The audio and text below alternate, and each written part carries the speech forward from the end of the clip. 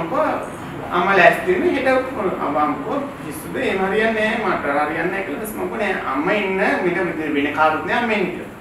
ඒක කොහොම හරි අම්මා ලෑස්ති වුණා. අම්මා මතක් කරලා ඕනම දෙයක අන්තිමට කවුරු නැතිලා තින්නේ අම්මානේ උදාහරණයක්. මට හෙවණැල්ලක් වේ සුවඳ ඔබේ. මේක අපි හැමෝටම මතක් කරන දෙයක්. කොහොම හරි අම්මා ලෑස්ති වුණා ගමනට යන්න. කොහොම හරි මං අරන් ගිහිල්ලා දැන් වර්ක්ෂොප් එක කරනවා. මේ අපේ ප්‍රවීණ රූපලාවන්තය මේ කවුද? දැන් ස්මාර්ට්ලා තේරෙනවා මේක මේ තලක් තෑනි කෙල්ලෙක් නෙමෙයි මේ ඇවිල්ලා තින්නේ නට මේ දරුවෝ ඉන්න විවාහ කාන්තාවක් මේක මොකද්ද මේ කතාව අහගන්න ඕනට ඇහුවා මගෙන් මේ නිරූපිකාව කවුද කියලා මගෙන් මම අපේ අම්මා හරි ස්මාර්ට්ලා කිව්වා හපුඩි ගන්න. ඉතින් අපි මේ වෙලාව විශේෂයෙන් මතක් කරන්න ඕනේ මේ වගේ දෙමව්පියන්ගේ මතක් කරන්න ඕනේ දැන් කාලේ ඉන්න අම්මලාට තමන්ගේ දරුවන්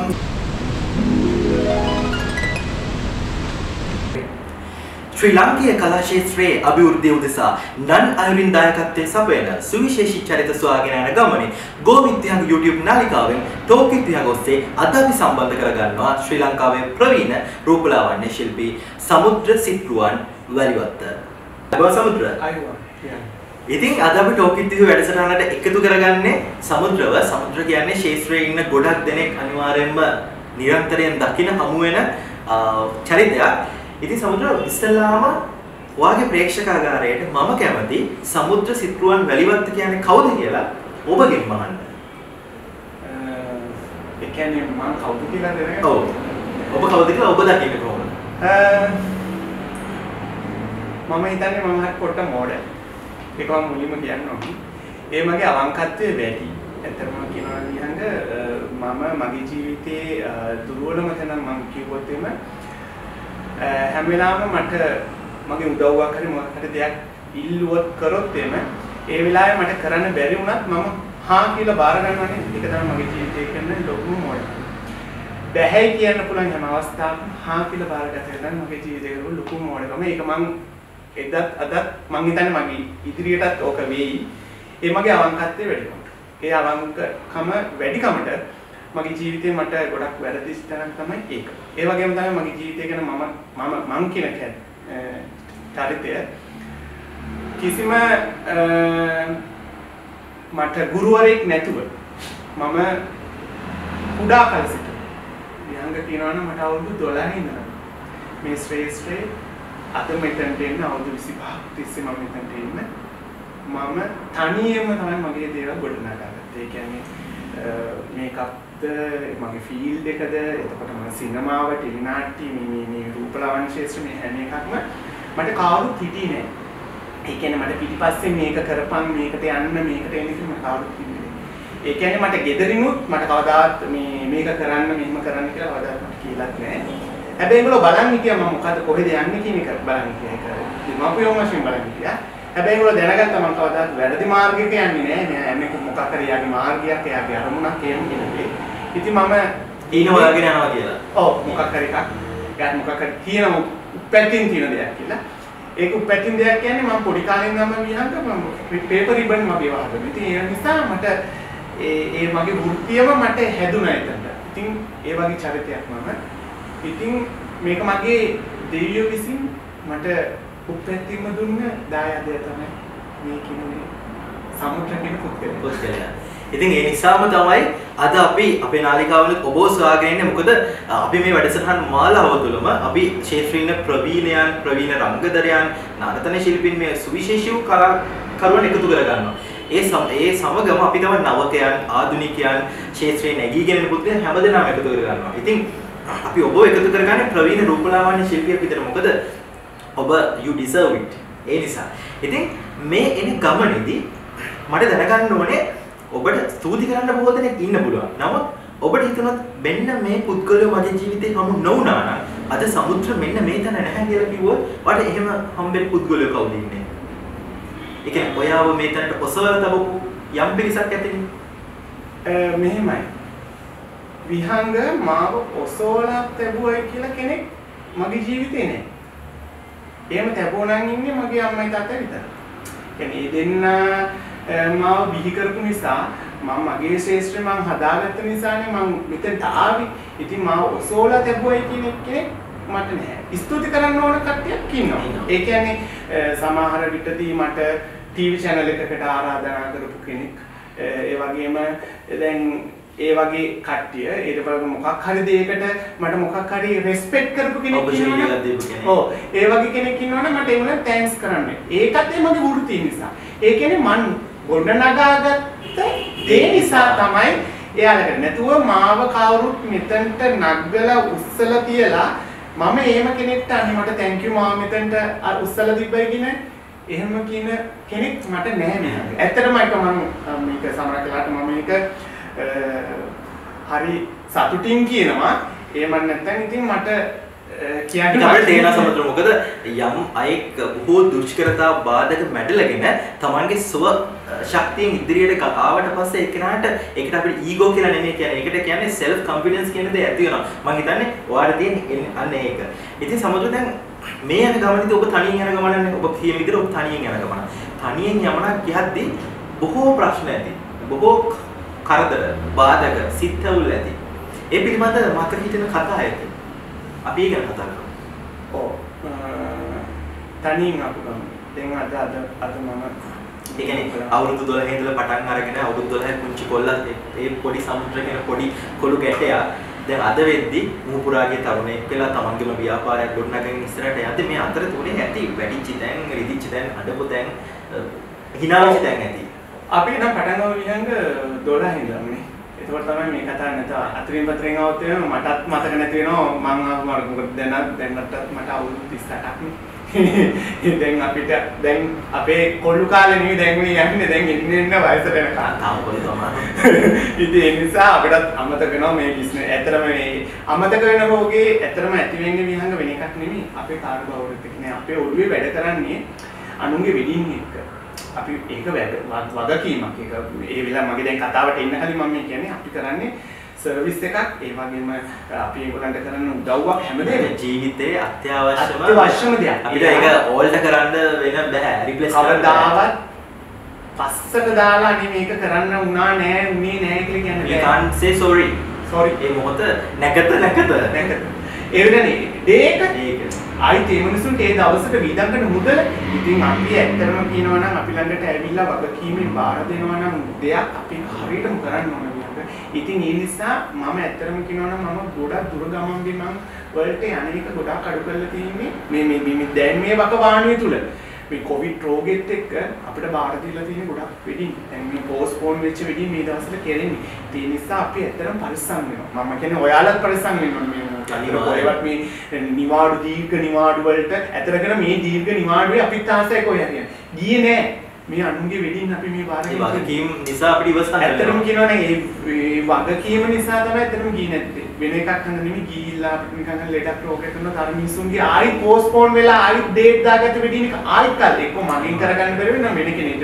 එයාට මගෙන්ම කරගන්න උනා තේරෙන්නේ නැහැ. එන විහංග මගේ කතාවම අපි අවුරුදු 12 ඉඳන් පටන් ගන්නවා. අනිවාර්යයෙන්. හරි.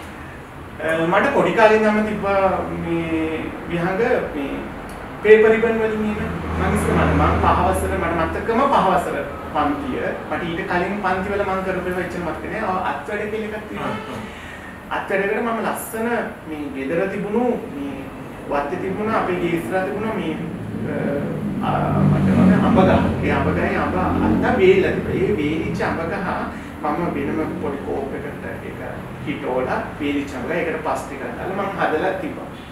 පස්සේ මම පේපර් රිබන් වලින් මම කිසිම දෙයක් විහංග දන්නේ නැහැ. මේ පේපර් රිබන් එක කපන්නේ කොහොමද? මේක මල් පෙත්තක් කපනවද? එතකොට මේක මේ අග රවුම් කරන්නේ කොහොමද? මම කිසිම අධ්‍යාපනයක් කිසිම අඩුම ගානේ කියනවනම් කරන කෙනෙක්වත් ඒ ආලපාලකවත් නැහැ.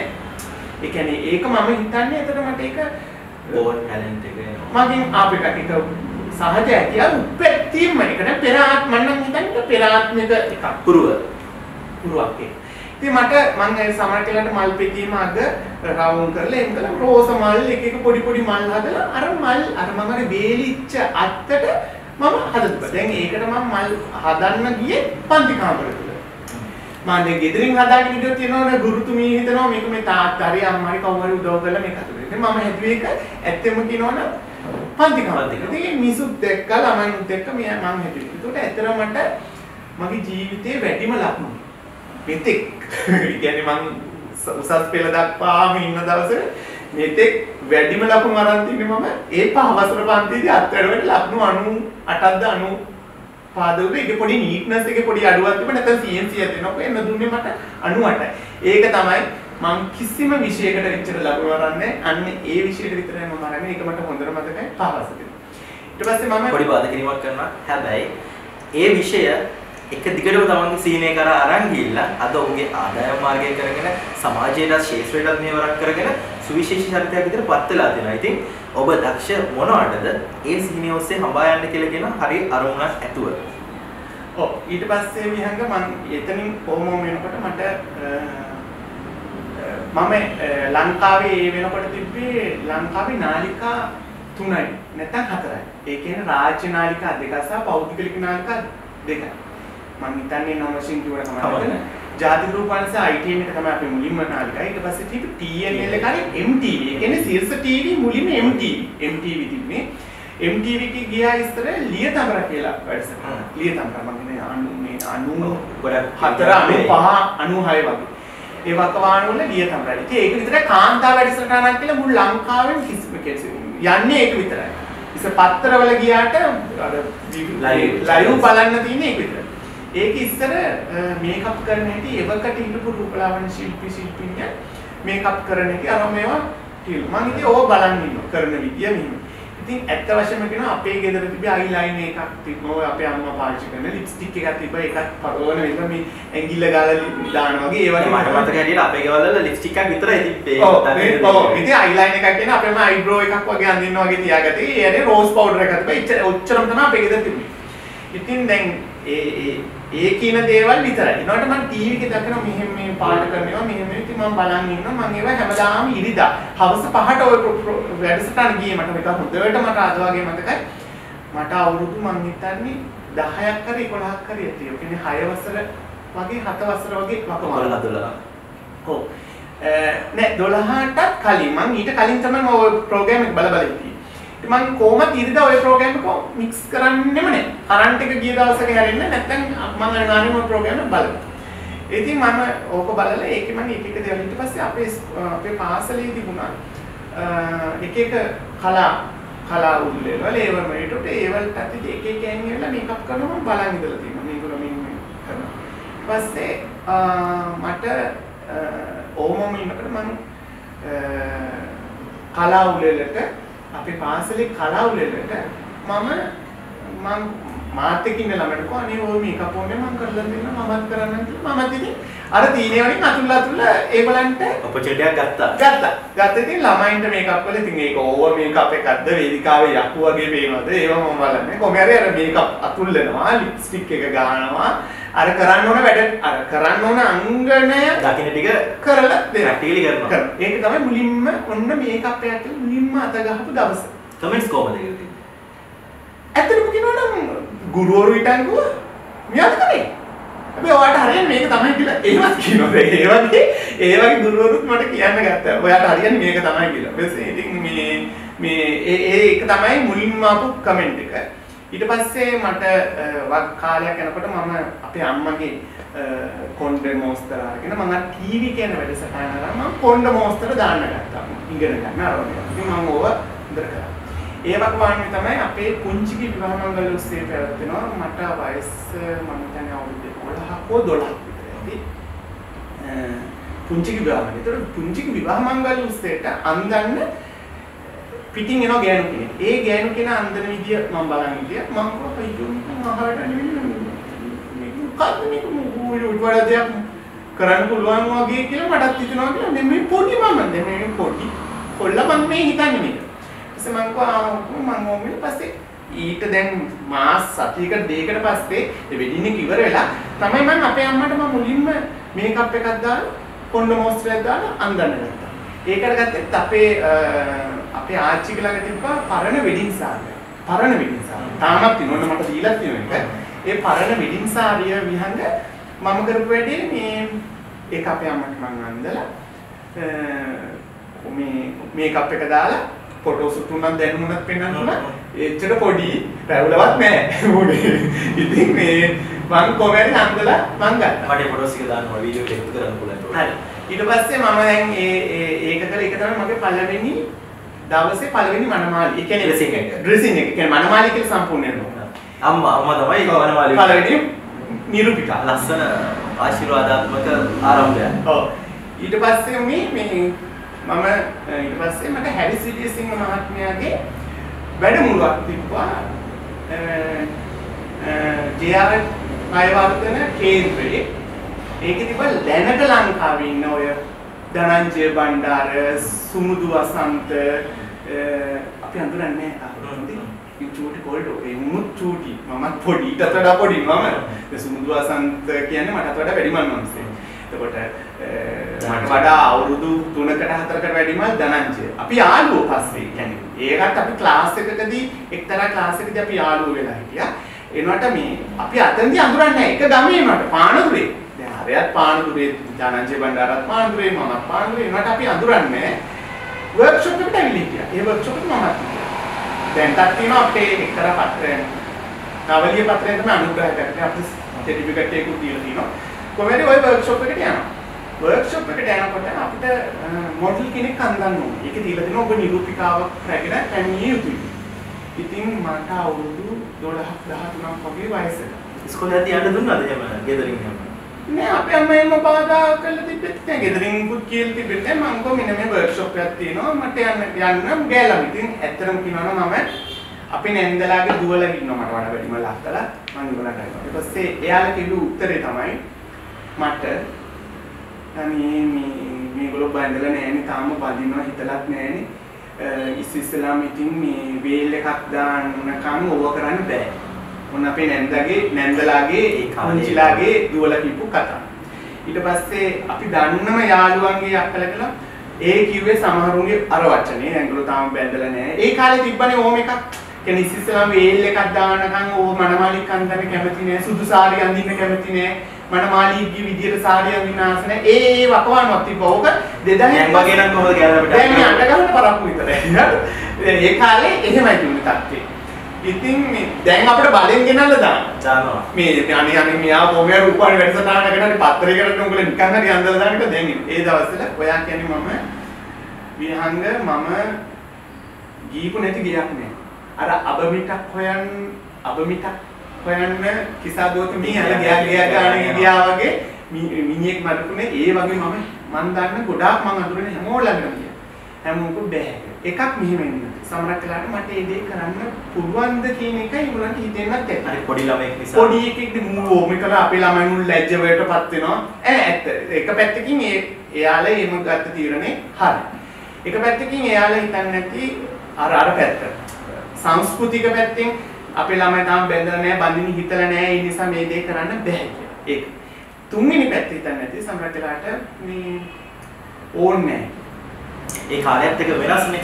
ඕනේ වෙනස්. සමහරකට අපේ මම නම් හිතන්නේ මගේ නෑ ඕනේ. සමහරකට ඒගොල්ලන්ගේ හිතෙන් ඉරිසියාවක් වගේ ඇති වෙන්නේ නැහැ. දැන් තමන්ගේ දරුවන්ට කරන්න බැරි දෙයක් හරි ඒ ඕනේ කියලා හිතෙන්නේ. මම හිතන්නේ ඔය තුන තමයි උතන ඊට වඩා දෙයක් සාමාන්‍ය මනුෂ්‍ය ස්වභාවය. ඉතින් ඕක කළා කොහොම හරි මම වැඩසටහනට දැන් යනවා. දැන් හෙට දවසේ යන්නත් හෙට දින දවස් 3කට කලින් නෑ. ඉතින් මම කොහොම හරි දැන් මට දැන් සාරියක් මට එක්තරා අක්කා කෙනෙක් දුන්නා. මොකද සාරියක්. එයා ඇඳපු වෙඩින් සාරිය ඔන්න උදව්වක් කරා නම් ජීවිතේ අමතක නොවන අපි යන්නේ නම මතක් කරමු. ලිනෝෂි ද මිල්. මේක බලන්නේ. ඔව් බලන්න. ලිනෝෂි ද මිල් ඇතරම මගේ අපේ තාත්තගේ හොඳම යාළුවෙක්ගේ දුවේ. එයාගේ වෙඩින් එක දවසේ ඇඳපු සාරිය මට දුන්නා. ලිනෝෂි අපි ආදරෙන් මතක් කරනවා ඒ කරපු ස්තුතිය අවුරුදු ගානකට පස්සේ. ඔව්. ඊට පස්සේ ඒ අක්කා තමයි මට මුලින්ම සාරිය දුන්නේ. සාරියක් දුන්නා. මට යාගේ ජැකට්ස් ඔක්කොම දුන්නා. මම පස්සේ ජුවලරි සෙට්ස් මම හොයාගත්තා. කොහොමද හරි ඒක අන්දලි කරලා මම ඒ සාරිය අරගෙන මල්බෝ කියන මම ගෙදර හදපුවා තිබ්බා. මම ඒ දවස්වල පේපර් එක කරනවා. ඒකේත් මම ඉන්නේ මේ වැඩේට අරන් යන නිසා මම වෙනම මල්බෝ කියන මම නිර්මාණය කරගත්තා කඩේ මම ගෙනල්ලා. කොහොමද හරි මල්බෝ කියත් හදාගෙන දැන් මට මේකප් වල එහෙම කියලා නැහැ.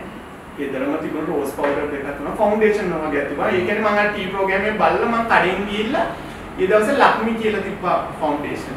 ලක්මි බ්‍රෑන්ඩ් එක කියන්නේ ඒව දැන් යූස් වෙන්නේ නැති නිසා. හරි.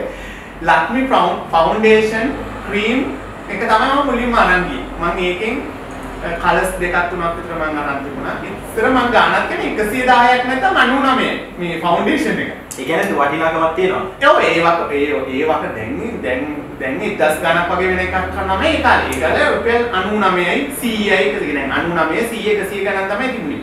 ලක්මි ෆවුන්ඩේෂන් එක. ලක්මි ෆවුන්ඩේෂන් එකේ කම්පැක්ට් පවුඩර් එකයි ඒ ටික විතරයි ඔන්න බේසික් එක තියෙන්නේ. අයිලයිනර් එකක්, ඒ මේක පෙන්සිල් එකක්, උඩ අඳින අයිලයිනර් එකක්, ඒ වගේ පස්සේ බ්ලෂර් කියලා සිස්ටම්ස් මම එච්චර දන්නේ නැහැ. දැන් මේ බ්ලෂ් එකක් මෙහෙම කරන්න ඕන, බ්ලෂර් කරන්න ඕනේ කියලා දන්නේ නැහැ. මම කරන රුපියල් 99යි මේ ගණන් වලට මම ලක්මි ෆවුන්ඩේෂන් ටිකයි ඒ ටිකයි අර අයිලයිනර් ඒ ටික ඔය ටික විතරයි තිබුණේ. දැන් මේකප් බොක්ස් එකත් හරි සාරියත් හරි කොහොමද මොඩල් කෙනෙක් නෑ. තාම නැහැ. දැන් යන්න තියෙන්නේ හෙට දැන් අනිවාර්ය දවසක නෑ. ඊපස්සේ මම දැන් මම කිව්වා මෙහෙමයි. එතකොට අපේ අම්මට අවුරුදු 32යි. අවුලක් නෑ 32ක් 33ක් 35ක් විතර කියමුකෝ මට එච්චර මතක නෑ අපේ අම්ම 30 ගානක් කොහොමද හරි. දැන් මේ මගේ වයස වගේ කියමුකෝ. ඒ වගේ. ඉතින් අපේ අම්ම තරුණයි. ඉතින් මට අවුරුදු 12යිනේ. දැන් මට අරුන් ගන්නේ ඒ වගේ වගවනවා පේන්න ඕනි. හරි. ඊට පස්සේ මම අම්මකෝ අම්මා ලෑස්ති වෙන්නේ හෙට අම්මකෝ කිසිද එහෙම හරියන්නේ නැහැ මට හරියන්නේ නැහැ කියලා ඊපස්සේ මම කිව්වා නෑ අම්මා ඉන්න මෙතන වෙන කාරුත් නෑ අම්මා ඉන්නේ කියලා. ඊපස්සේ කොහොම හරි අම්මා ලෑස්ති වුණා. අම්මා මතක් කරන ඕනම දෙයක අන්තිමට කවුරු නැතිලා තින්නේ අම්මානේ උදාහරණයක්.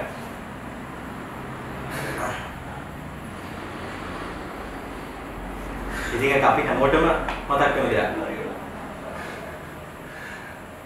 කොහොම හරි අම්මා ලෑස්ති වුණා ගමනට යන්න. කොහොම හරි මම අරන් ගිහිල්ලා දැන් වර්ක්ෂොප් එක කරනවා.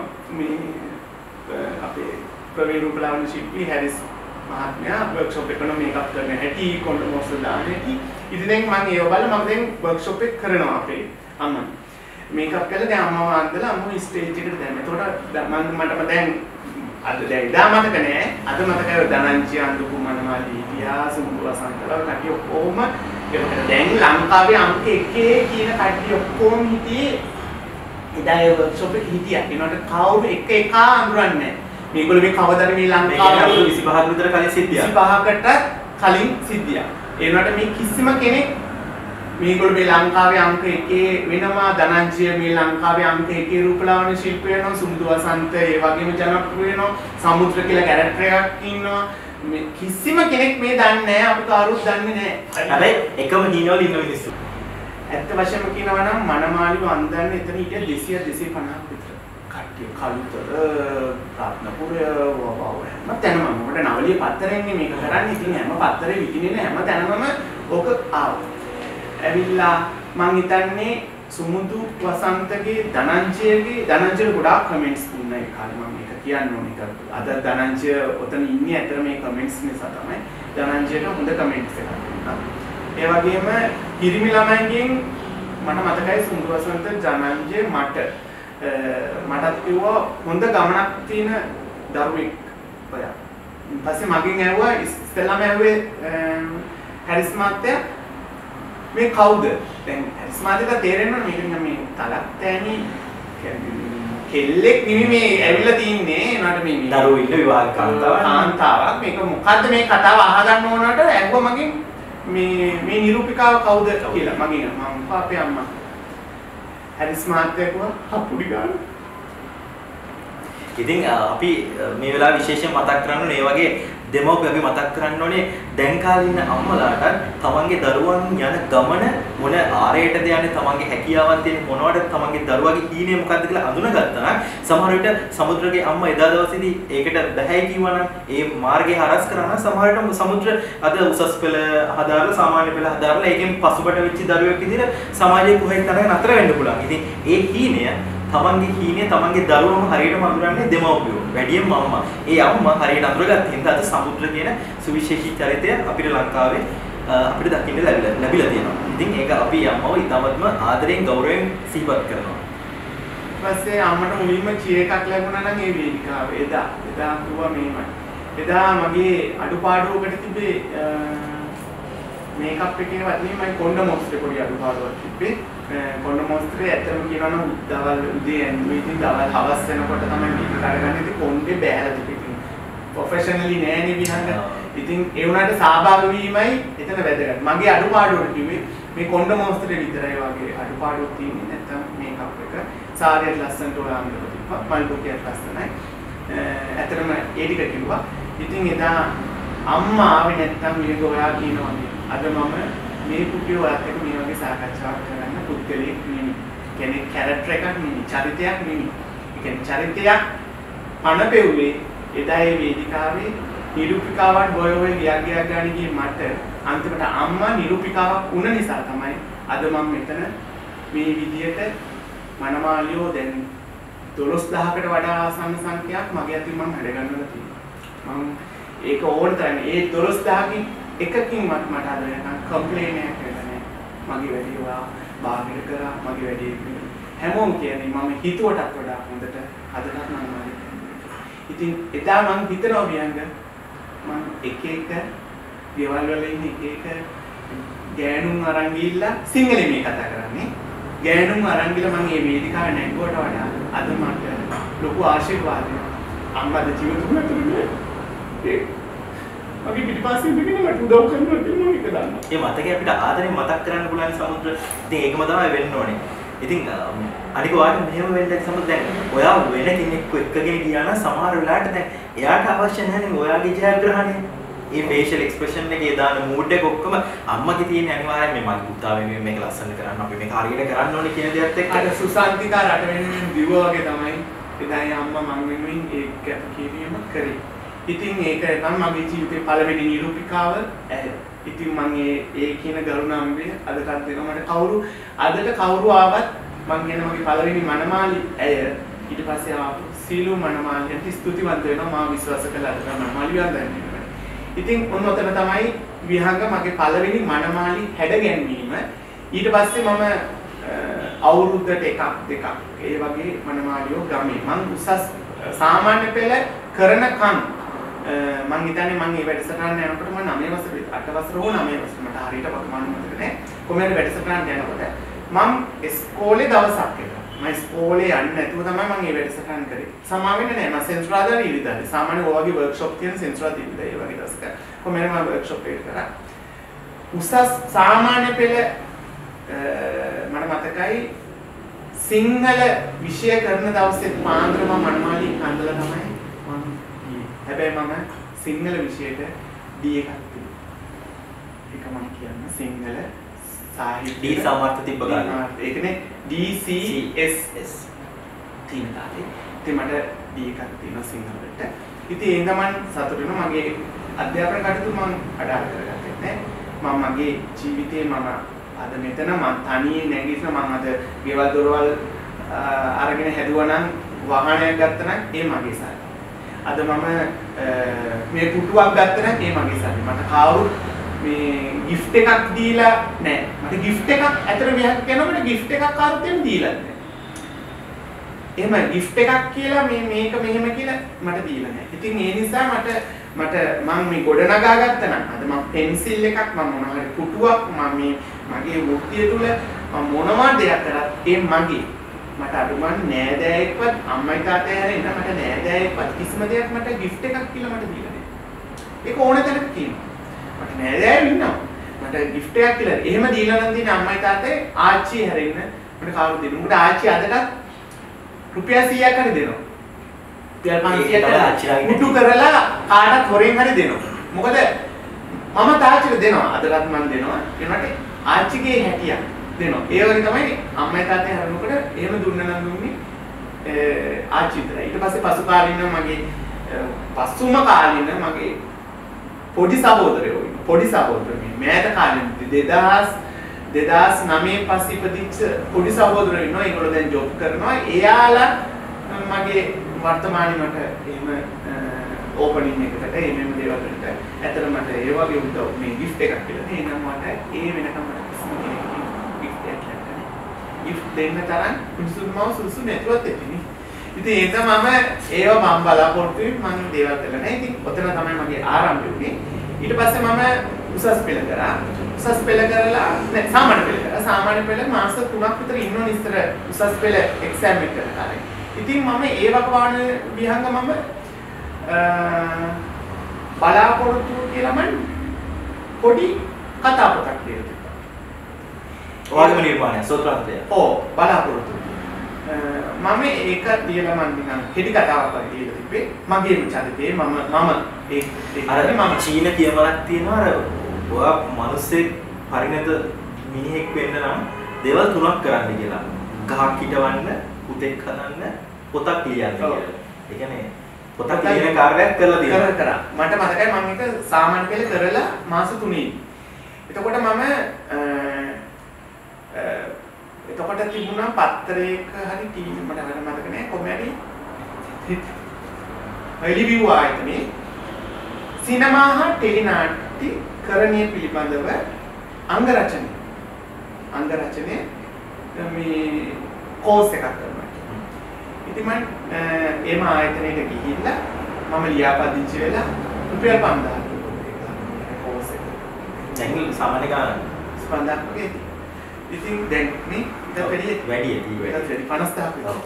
ඉතින් 5000 ඉතල කෝස් එක 2001 නෑ 2002 කොහෙන් හරි මම ওই පාඨමාලාවක් ලියන්නේ. මෙහෙමනේ මම ප්‍රවීණෙක් වෙන්න ඉගෙන ගන්නත් මොනවද බ්‍රෑන්ඩඩ් ගැන මම අර මගේ සොය ටිකට ආවා. ඊපස්සේ ඒකෙදි මම ගියා නිකන් ක්ලාස් එකක්. ඉතින් එතන පොස්ටර් පික් මේකප් ගැන ග්ලැමර් මේකප් ගැන තිබ්බයි ඒවා ගොඩක්. ඉතින් ඒවා මම ඉගෙන ඇත්තටම එතන ගියම තමයි බ්‍රෑන්ඩඩ් ගැන කියලා මුලින්ම මම ඉගෙන ගත්තා. ක්‍රේලෝන් කියන එක. මේ හැමෝම පාවිච්චි කරන ක්‍රේලෝන් කියන බ්‍රෑන්ඩ් එක මම මුලින්ම ඉගෙන ගත්තා. ඊට පස්සේ මම එක බලලා අපි ඊට පස්සේ තමයි අපි මනමාලියන්ට ප්‍රොෆෙෂනලි මේකප් එක. මේ නැචරල් මේකප් එක. Professionally makeup. ග්ලැමර් කියන සිස්ටම් එක කියන මේකප් එක තරම් ඉගෙන ගත්තා. ඊට පස්සේ මම උසස් පෙළ කරනකම් මම මේ සබ්ජෙක්ට් එක ඉන්නකොට මම 2002 වසරේදී එම ආයතනයේම එක මියුසික් වීඩියෝ ඒ කාලේ මට මතකයි මම පළවෙනි මියුසික් වීඩියෝ තමයි කාගේද මාලිනී ගුලස්සිංහලගේ තෙල්නාටි ගීතයක් ඒක මට සිංහල දැන් මතක නෑ ඒතරම ඒකට මියුසික් වීඩියෝ එකේ ඒ ගර්ල් වයි බොයි වයි දෙන්නම මේකප් කරගෙන ඒක තමයි මගේ මුලින්ම මියුසික් වීඩියෝ එක. ඊට පස්සේ කරේ කසුම් කල්ලාරගේ මියුසික් වීඩියෝ එකක්. ආසින් අරුවක් මේ එකක් ඒක මම කරේ කසුම් කල්ලාරගේ ඒ මාලිනී ගුලස්සිංහලගේ මේ පුතාගේ එකක්මයි. ඊට පස්සේ මට ඒ ආයතනයේ තියෙන මියුසික් ඉතින් මට ඇසිස්ටන්ට් කියලා මම යන්න උන්නේ. ඒ කෝස් එක කරලා ඒ කෝස් එක කරපු ළමයව තමයි අර වැඩවලට ගත්තේ. ඒ කෝස් එක කරන්න ධනංජය බණ්ඩාරත් ඇවිල්ලා මම හිටියා. දැන්ට ෆීල්ඩ් එකේ දෙන්නේ කියනවනේ මේ කෝස් එකේදී අපි දෙන්න විතරයි. අනිත් කට්ටිය එච්චර දැන්ට ප්‍රසිද්ධ පුද්ගලෝ නෙමෙයි. ප්‍රසිද්ධ ඒගොල්ලෝ කරනවාද කියලා මම හිතා දන්නේ නැහැ. කොහොම හරි අපි ඒ වකවානුවේ එහෙම කරලා අපි එතනින් එළියට ඇවිල්ලා අපි ඇත්තටම කියනවා නම් මේකප් සම්බන්ධව කරලා ඉතින් මට දැන් පළවෙනි වැඩි මාලිනී ගුලස්සිංහලගේ අර සින්දුවේ ඒ පළවෙනි මේකප් එක ඔයා කියන කිසි දෙයක් ඔළුවට අරන් නෙමෙයි මේකප් කරන්න ඕන විදිහට කරා අර කීලා දීලා දිනන නොෂල් ෂේඩින් නිය කරා අයි ෂැඩෝ එකක් කරා අයිලයිනර් ඉතින් අර මිනිස්සු ෂූට් කරනවා ඉතින් මම හිතුවා මේක තමයි වැඩි ඔන්න දැන් වැඩි මේක තමයි වැඩි ඉතින් විහංග මම ඔතන ඉඳලා පටන් ගත්තා මගේ හිතේ බය කියන දේ ඇත්තටම නැත්තරම නැතුනේ අන්නේ මියුසික් වීඩියෝ එකේ තනියම කියලා මෙන්න අර කඩමාළු වැන්දුවට රාවක් ඉස්සරහා දෙන්නේ කඩමාළකට මේ ලයිට් ගාලා මේක වැඩක් නේ මේ වැඩකට මුලින්ම ඒක මාලිනී ගුලස්සිංහ මාත්මික වැඩක් කියලා කියන්නේ ඔව් ලංකාවේ මේ වටිනාකමක් තියෙන එකනේ ඉතින් මම මේ අර බර ඔක්කොම තියෙන වැඩ. තියෙන එකක් ඒකට ගන්න. මට ඇත්තටම කියනොත් ගන්න. ඊට පස්සේ මම ලස්සනට ඒ වැඩේ කරලා මම ඊට පස්සේ තවත් කසුන් කල්ලාරගේ ඒ සින්දු කුටීට සතියක දෙකකට පස්සේ ඉතින් මට කොහොමෙන් හරි මේ අවස්ථාව දැන් ඇවිල්ලා දොර ඇල්ල කියන්නේ ඒ ආයතනෙම තියෙන වැඩ. ඒ ආයතනේ තියෙන වැඩ මොකද ආයතනෙන් බලන්නේ ලෝ කොමරි බජට් එකට මේ ළමයින්ට අවස්ථාවක් දෙන්න ඒක ඉගෙන ගන්න රංගන ඉගෙන ගන්න ළමයින්ට ඒ ක්ලාස් එකෙන් පිට වෙන රංගනය සඳහා ඒ ළමයිට නිෂ්පාදනය කරන්නේ තර නිෂ්පාදන කණ්ඩායම ඉගෙන ගන්න ළමයි. දැන් මේකප් ළමයි තමයි අපි. දැන් ඇත්තටම කියනවා මේ සුනීල් රත්නායකගේ ක්‍රමය පර්ෆෙක්ට්. අදටත් මම කියනවා මම එන්ටයි ක්‍රූ එක හදා එළියට දෙනවා. ඉතින් ඒක වෙන්නේ නැහැ දැන් අද ක්ලාසස් වල.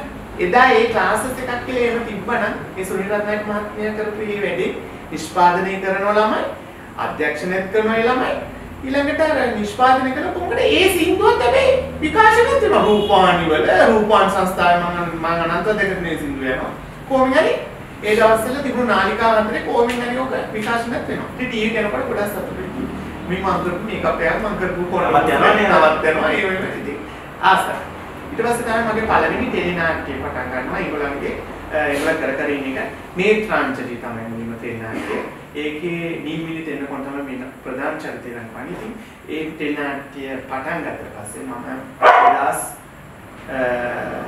නේත්‍රාංජලිකින් පස්සේ මම 2015 වෙනකම් මට ටෙලි නාට්‍ය වලට මම වැඩ කරා අන්තිමට ඒක තමයි හේඩි නේත්‍රාංජලි අවසානයේ හේඩි ඒ අතරතුර මම ටෙලි නාට්‍ය 28කට 30කට ආසන්න සංඛ්‍යාවක් මම කරනවා චිත්‍රපටි 7කට මම දායකත්වය ලබා දුන්නා සම්මාන වල 4කට මම නොමිනේට් වෙලා තිනවා මේ තරයටම සම්මානිත කරලා ඒනවා නොමිනේෂන් කියන්නේ ලොකු දෙයක් නෙමෙයි මම බාලිනව පත්තරවල අරින්න යනකොට යනවනේ නොමිනේට් වෙච්ච ළමයි මේ නොමිනේෂන්ස් වල නම තියෙනවා ඔව් ඒකට මට ඉන්විටේෂන් එකක් කියලා මුලින්ම නොමිනේට් වෙලා කියලා ආවේ IOC මුල සම්මාන වලේ ඒක ජූලි 7යි ෆිල්ම් එක මම වැඩ කරපු සඳහා ඒකට මට නොමිනේට් සාගත දිසාසේකර දමිතාවේ ඒක නොමිනේට්ම නිමි ඒ සම්මාන මුල බලන්න කියලා ඔබ මේකට ඒ වසරේ චිත්‍රපටයක් සඳහා වැඩ කටයුතු කරා කියන එකට ගෞරව කරලා ඉන්විටේෂන් එකක් කියලා මුලින්ම ආවේ ඒක. ඉතින් ඇත්තට මම ඒකට ගියා. මේ යන්න එපේ ආරාධනාවක් ලැබුණා අනිවාර්යෙන් යන්න ඕනේ. ඉතින් අපි එන්නේ ඒකට ගියා. ඊට පස්සේ මට ඒ චිත්‍රපටි මම 7ක විතර වැඩ කරලා තියෙන කාමක වන්ක් එක.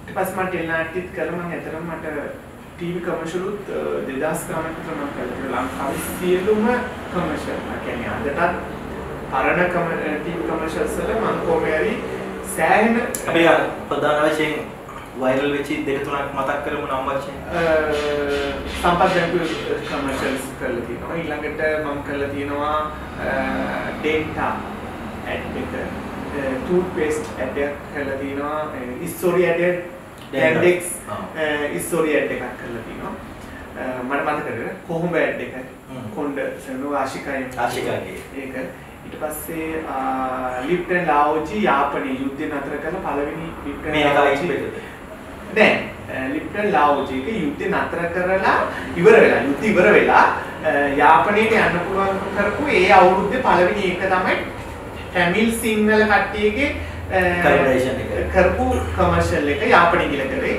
මම මුලින්ම යාපනයේ ගියෙත් ඒ කමර්ෂියල් එක මම තමයි යාපනයේ ගියේ ඒ කමර්ෂියල් එක මම කරා එකත් අවුරුදු දවස්වල ගොඩාක් ප්ලේ වුණා.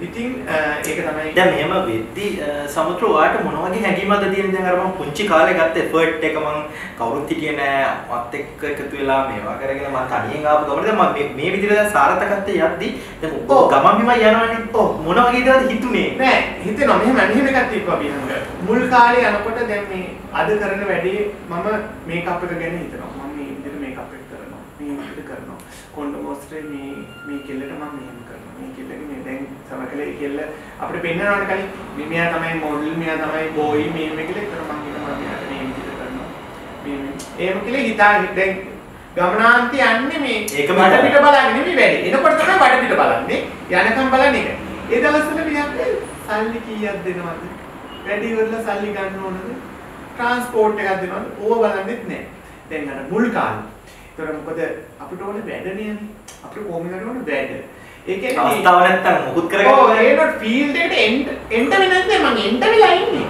ඒ මුදල කීයක් දෙනවද කියලා අද පුලිමාන්නේ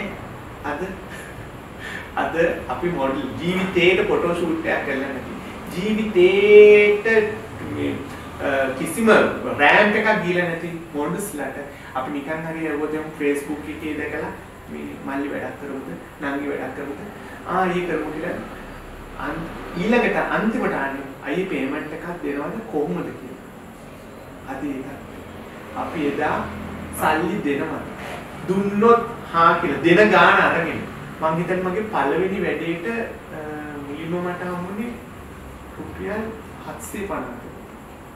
මම පළවෙනි වැඩේ.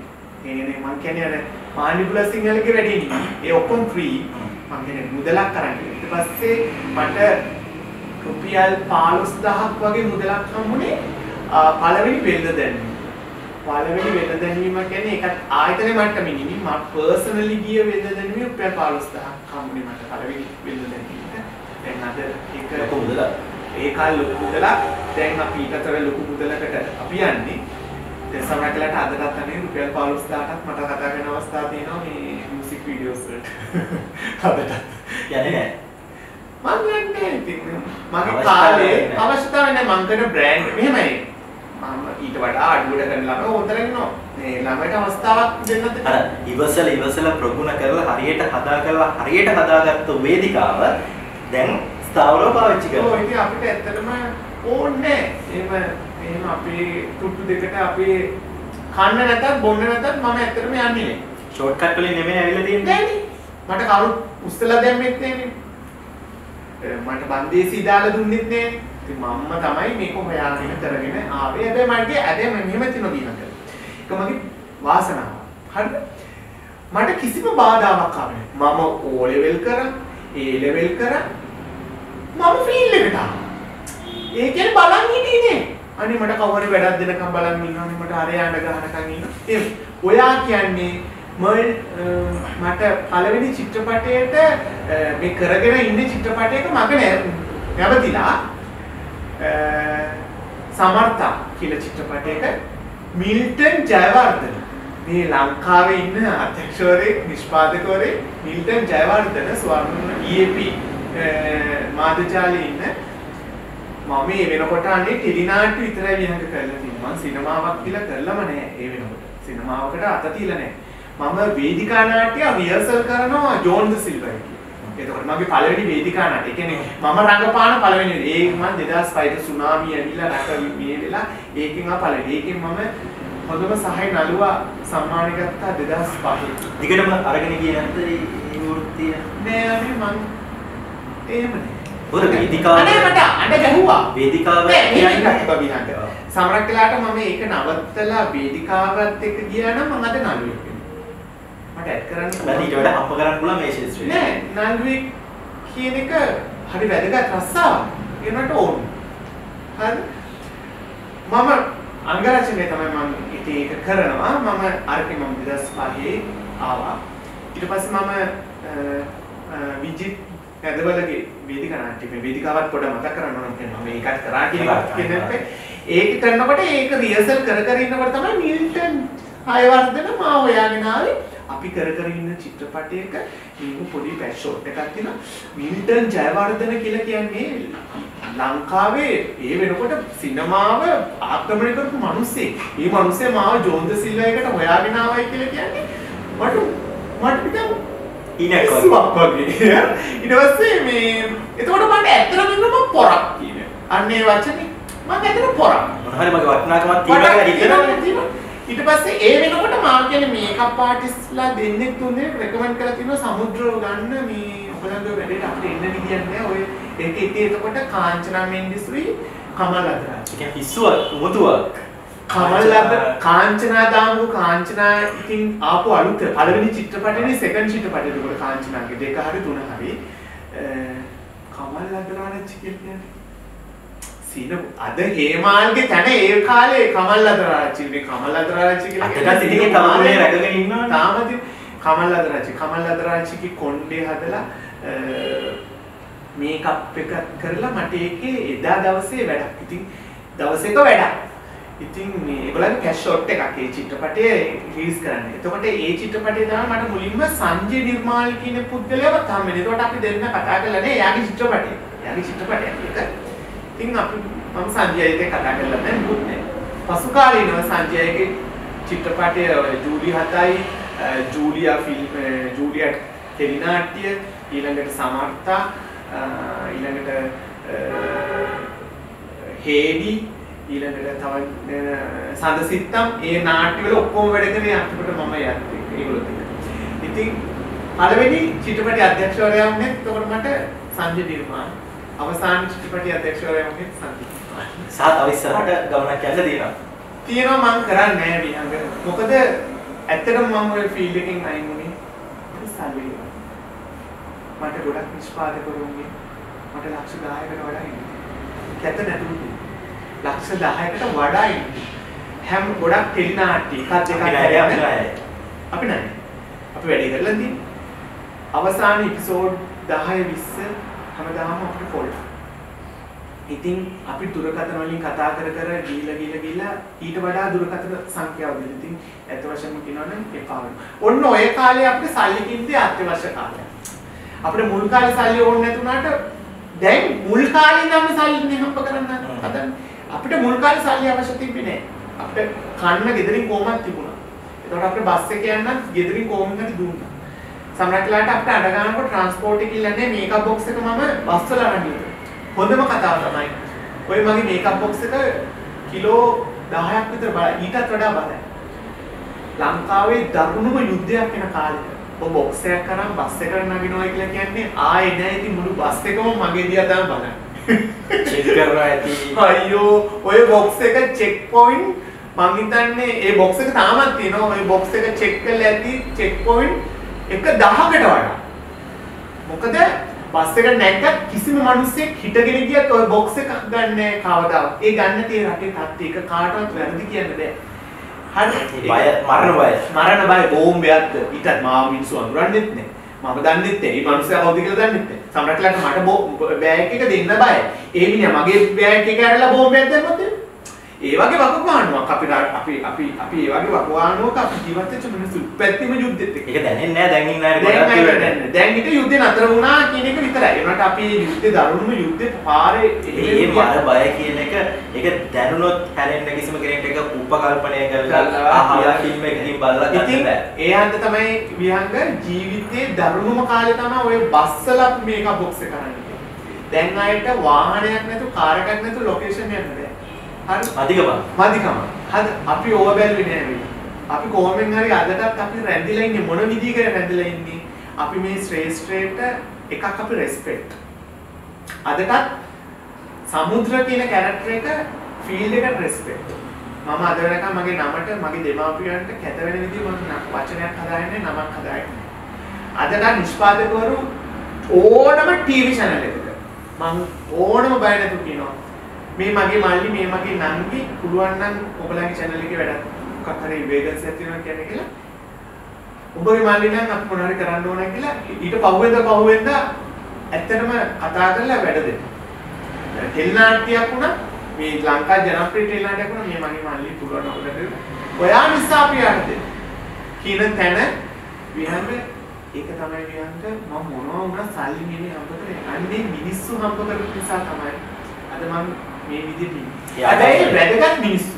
කියන්නේ වැදගත් කියන මිනිස්සු. මම කවදාත් පාටි බෑලා විනෝද සවාර කියලා මගේ ජීවිතේ හොඳම කාලේ මම සෑහෙන කටුක දුක් විඳා.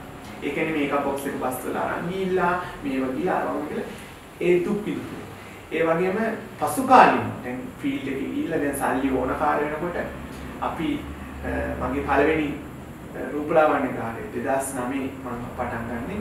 ඒ තමයි ඒ වකවානුවේ තමයි මම එයා බ්‍රෂ් මේකප් කියන එක මම මනමාලයට මුලින්ම ලංකාවට හම්බුනේ. ඒ වකවානුවේ මම සැලොන් එක ඕපන් කරන්නේ පානතුරේ. ඒක විවෘත කරන්නේ ඉන්නේ ලංකාවේ ලෝකේ විවාහ කරු රැජින රෝසි සේනානායක චන්ද්‍රකා සිරිවර්ධන මම ඒක කෝල් එකයි. රෝසි සේනානායක මහත්මියට කෝල් එකක් දුන්නේ මම සැලොන් එකක් දානවා. රෝසි සේනානායක ඇහුවේ මල්ලි වට සල්ලි තියනවද දැන් පටන් ගන්න.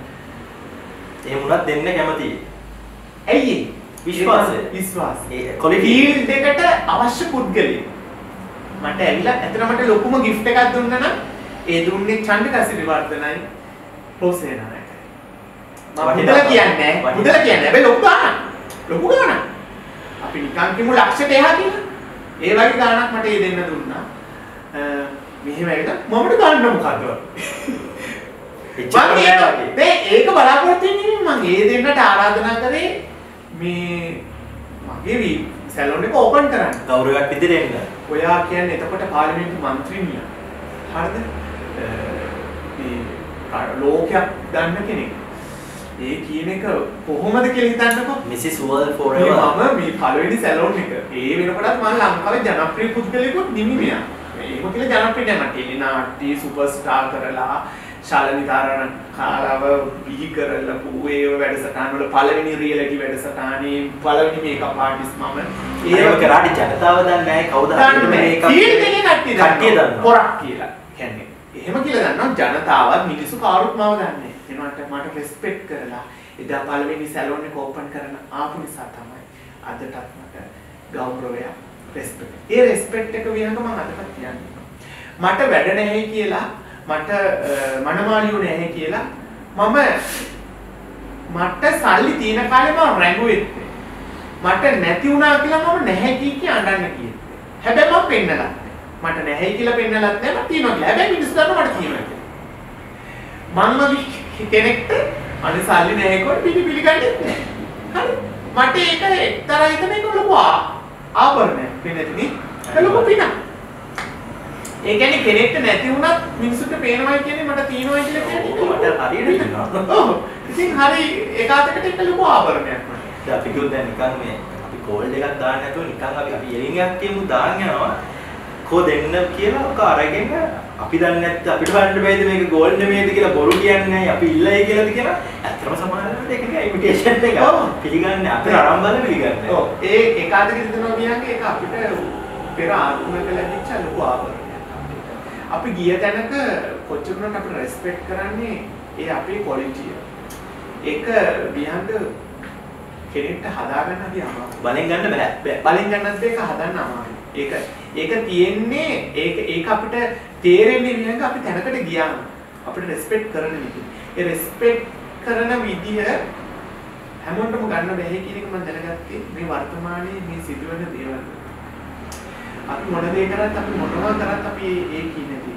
ඉතින් ඒවත් එක්ක ඔයා කියන්නේ මගේ ජීවිතේ මම අර මුලින්ම කතා පටන් ගත්තේ මම මෝඩකම් කරනවා කියලා කියන්නේ.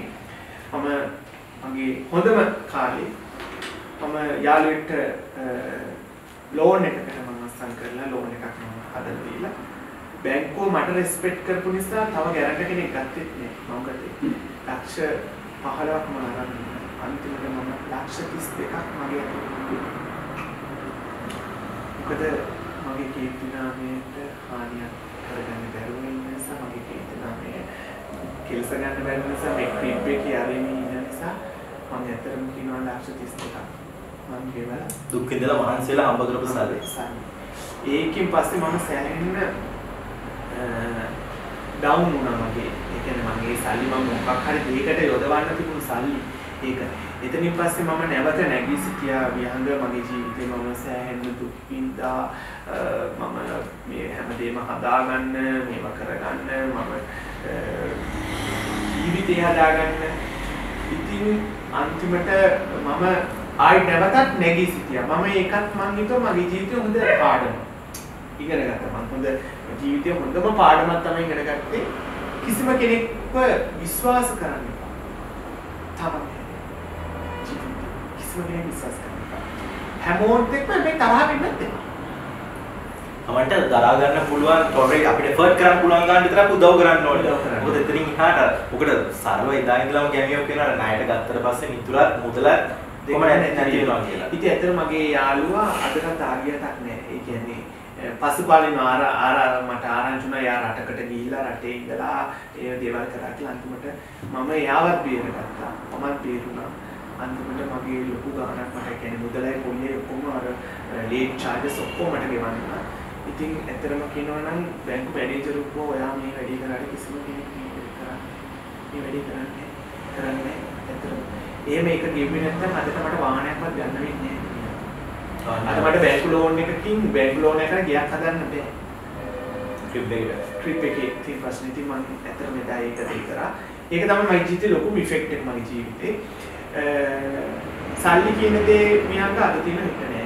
ඒක කාටවත් තියෙන ප්‍රශ්නයක්. හැබැයි ඉතින් එහෙම නැහැ කියලා මට ප්‍රශ්නයක් කරගෙන මගේ ජීවිතේ මම කඩා වැටිලා එහෙම කරන්නේ මගේ අන්තරම මේ වෘත්තිය මම ව්‍යාපාරේ මම හරියටම අරගෙන යනවා. ඉතින් අද වෙනකොට මම හැමදේම ලස්සනට මම මොන ප්‍රශ්න තිබ්බත් ලස්සන මනමාලි මගේ අතින් කොහෙද මම හැඩ ගන්නවා මොන ප්‍රශ්න තිබ්බත් මොන දේ තිබ්බත් මට ඩෙන්ගු හැදිලා ඉඳලා මට ඩෙන්ගු හැදුනේ 14 වෙනිදා 22 වෙනිදා තමයි මගේ අන්තිම වෙඩින් එක තියෙන්නේ මේ මාසේ 22 වෙඩින් එක ඉවර වෙනකම් මම ඩෙන්ගු හැදිලා මම ඉවසා දරාගෙන හිටිය දවස් 4ක් අන්තිම 22 වෙනිදා වෙඩින් එක කළේනකොට මට ඇත්තටම සී කල්පනාවක් අඩු වෙන තත්ත්වෙම මම ඩෙන්ගු රක්තපාතයට වෙලා මම දවස් 14ක් ICU වගකීම වෙනුවෙන් ගොසගෙන හිටියා.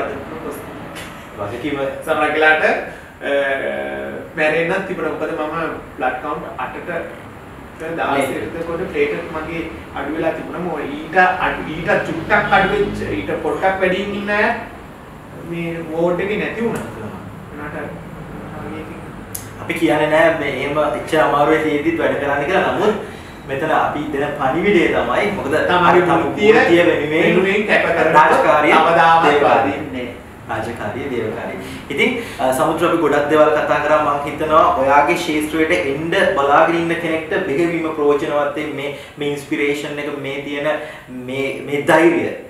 ඒ වගේම මොනියම් ශාස්ත්‍රයක තමන්ගේ සිහිනයක් කරා යන පුංචි දරුවෙක්ගේ ඉඳලා මැචුවර්ඩ් අපේ තරුණෙක් වෙනකන් ඕනම කෙනෙක්ට මේ කතාව ගුවට පස්සේ ඔබට අර අලු ගසලා දාලා තමන්ගේ ගමන යන්න ධෛර්යයක් අනිවාර්යයෙන්ම ලැබෙන්නේ නැති. ඒ වෙනුවෙන් තමයි අද සමුද්‍රව අපි එකතු කරගත්තේ. ඉතින් සමුද්‍ර අවසාන වශයෙන් මොකට අවස්ථාව දෙනවා මේලා ගමනේ මේ ඔබගේ ආගමනය තුල ඔබට ස්තුති කරන්න පුද්ගලයෝ ඉන්නවා නම් ඒගොල්ලන්ව සිහිපත් කරලා අපිට පුළුවන් දවසට සම්බන්ධ. ඔව් මට ස්තුති කරනවා නම් මුලින්ම ස්තුති කරවන්න ඕනේ මුලින්ම මගේ අම්මට තාත්තටයි. ඒ වගේම මගේ පළවෙනි නිෂ්පාදිකාවට පළවෙනි අධ්‍යක්ෂකවරයාට මම විශ්වාස කරලා වැඩක් මොකද පළවෙනි වැඩේ මේ විහංග හරි අමාරුයි. පළවෙනි වැඩේ විශ්වාස කරලා හරි මෙයාව ගමු ඕන එකක් වෙයන් කියලා ගන්නවනේ. ඉතින් ඒකේ මම මුලින්ම ස්තුතිවන්ත වෙනවා පළවෙනි නිෂ්පාදිකාවට පළවෙනි අධ්‍යක්ෂකවරයාට මා මුලින්ම ටෙලිනාට්‍ය වලට සහභාගී කරගත්තා. මගේ පළවෙනි ටෙලිනාට්‍ය ඊට පස්සේ මේ සිනමාවට කලින් මම ටෙලිනාට්‍ය කරා වැඩ. ඉතින් ඒකට මුලින්ම ස්තුතිවන්ත වෙනවා. ඒ වගේම සමාවෙන්න මට ඇත්තටම එයාලගේ නම මතක නැහැ. ඔවුන් මේක බලනවා ඔවුන් දන්නවා මේ අපිට තමයි කියන්නේ කියලා. එහෙම ඒකට සමාන වෙන්න ඕනේ. මට ඇත්තටම මේ වගේ නම මතක නැහැ. මොකද මුල් කාලයේදී මට මෙහිම එකක් තියෙනවා මියන්ට. පුද්ගලයාගේ මුණ මතක තිබ්බට මට නම් මතක නැති ප්‍රශ්න රෝගියක් ඒක මට ඇත්තටම ඒක මම ඒක කියනවා. ඒක මගේ තියෙන ලොකුම දුර්වලකම එකක් ඒක. පුද්ගලයාගේ මුණ මතකයි මෙයා මාතක හිටිය කියලා නම් මතක නැති. කෝල් කරන්න නම ආගන්න බෑ. ඔව් ඉතින් ඒ වගේ එකක් තියෙනවා. මේ ඒ වගේ මම ඒගොල්ල පළවෙනි අධ්‍යක්ෂකවරයාට පළවෙනි නිෂ්පාදිකාවට මුලින්ම නිෂ්පාදිකාවන්ට මුලින්ම ස්තුතිවන්ත වෙනවා. ඒ වගේම මාට සැලොන් එක මුලින්ම පටන් ගන්නකොට ආරාධනයේ කිසිම බැහැ කියන්නේ නැතුව ආපු රෝසි සේනානායක මහත්මියට චන්ද්‍රකස්ටිවල් මහත්මියට බෙහෙවින්ම ස්තුතිවන්ත වෙනවා. මගේ පළවෙනි වේදිකාව මගේ පළවෙනි රූපලාවන්‍යකාරී විවෘත කරනවා. ඒ ගමන තමයි අද මම මේ සැලොන් එකක් ඉන්නේ. ඒ වගේම පළවෙනි තව එකක් තියෙනවා කියන්නේ අමතක වෙච්ච එකක් තියෙනවා. සිරස ටීවී ආයතනය මට මතක් කරගන්න ඕනේ. මගේ ජීවිතේ ටර්නින් පොයින්ට් එක සිරස ටීවී. රෝසි සේනානායක චන්ද්‍රකස්ටිවර්ධන ඔය ගොඩක් ආටිස්ට්ලා දේශපාලඥවරු රටේ ජනාධිපතිවරු රටේ අගමැතිවරු මහින්ද රාජපක්ෂ මහත්තයාව ඒ වගේම රනිල් වික්‍රමසිංහ මහත්තයාව සජිත් ප්‍රේමදාස ජලනි ප්‍රේමදාස මහත්මියව ඔය හැමෝම හම්බෙන්නේ මට සිරස ටීවී ආයතනයේදී. ඒ ආයතනයේ මුලින්ම ස්තුතිවන්ත වෙන්න ඕනේ. මාව මේක පාටිසිපේට් වශයෙන් අරගෙන මම මේ ආයතනයේ වැඩ කරලා මම පළතුරු මට තව එකක් කියන්න ඕනේ නේද? ඒක සමාවෙන්නේ අපේ කතාව තුල අපිට මේකප් එකක් ප්‍රොෆෙෂනලි මේකප් එකක් කරන්න ඕන මූණක් ආවොත් ඕන විදිහට මට මේකප් එකක් බේසික් කරන්න පුළුවන්කම ලැබුණේ සුපර්ස්ටාර් වැඩසටහන season 1. ඒ කියන්නේ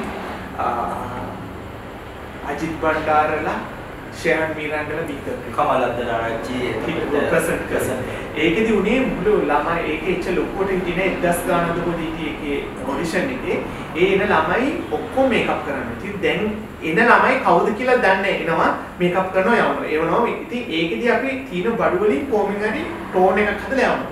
ඒක තමයි විහංග මුලින්ම මට ටෝන්ස් හදන්න හොඳට ප්‍රොෆෙෂනල්. අද ඕන මූණක් ඕනම ගෑනු මූණක් ඕන පින් මූණක් නැචරල් මේකප් එකක් කරන්න පුළුවන්කම තියෙන්නේ. අන්න ඒකෙන් තමයි ඇත්තටම ඒ ආයතන තුලින් අදටත් සීලොම channel වල ඉන්න headsලා ඉන්නේ ඒ ආයතනෙන් වෙන තැන් වලට ගිහලා අද headsලා වෙච්ච ඉතින් එයාලා මට ඔය ලංකාවේ ඕනම channel එකකින් මට respect කරලා මට ආරාධනා කරන්නේ ඒ එතනින් පටන් ගන්න.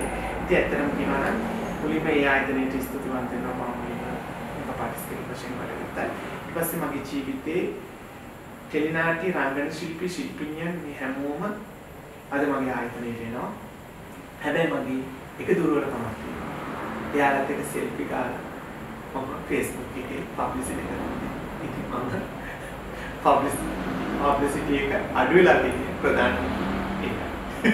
මෙහෙම දැන් මම ඒකට පුංචි දෙයක් එකතු කරන්න මොකද මම ඔකට පොඩ්ඩක් එකඟ නැති නිසා ඒකට හේතුව සමුද්‍රද ඔබ මේ ශාස්ත්‍රයේ ඉන්නකොට දැන් ඔබගේ පළවෙනි සලූන් එක ඕපන් කරලා රූපලාන වන්‍යක් ගාරය සම වෙන්න ඕපන් කරද්දී රෝසි සේනානායක මහත්මිය වෙනවා චන්ද්‍රිකා සිරිවර්ධනයන් වෙනවා දැන් ඔයා මේක පොඩ්ඩක් හරි කලෙලි දැක්කොත් තමයි ඒක ආභරණයක් වෙනවා ඔවුන්ගෙන් ඔබ ආභරණයක් කරගන්නවා නෙමෙයි නමුත් ඒ විශ්වාසය ඇති වෙනවා මොකද ඒ විශ්වාසය එතකොට ඒ තුලින් තමයි කලාව මේ ගමන ඉස්සරහට යන්නේ මොකද දැන් මම මේ ටෝක් ෂෝ එකක් කරන වෙලාවට මට චන්න විජේවර්ධනයන් කිව්වොත් විහංග ඔබ හොඳයි කියලා මම ආසයි ඒ කමෙන්ට් එක සමාජගත කරන්න මොකද ඕන් කිසිම වෙලාවක බොරුවට කියන්නේ නැහැ ඔව් ඔබ හරියට කරේ නැත්නම් ඕම අනිවාර්යෙන් ඒකට එකතු වෙන්නේ නැහැ.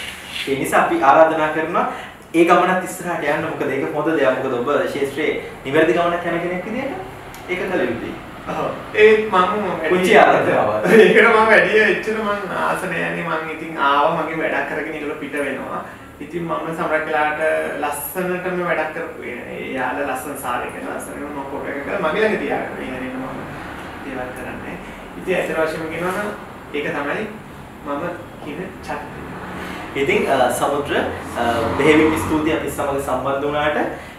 ඉතින් අපි හිතනවා ඔයගොල්ලන් හැමදෙනාම සමුද්‍රත් එක්ක කරපු අපේ ටෝක් ඉදින වැඩසටහන ඊටමත්ම රසවත් ඒ වගේම ජීවිතේ දෙයක් එකතු කරගන්න යොදා ගනී කියලා. එහෙමනම් නරඹු ඔයගොල්ලන් හැමදෙනාට බෙහෙවින් ස්තුතියි.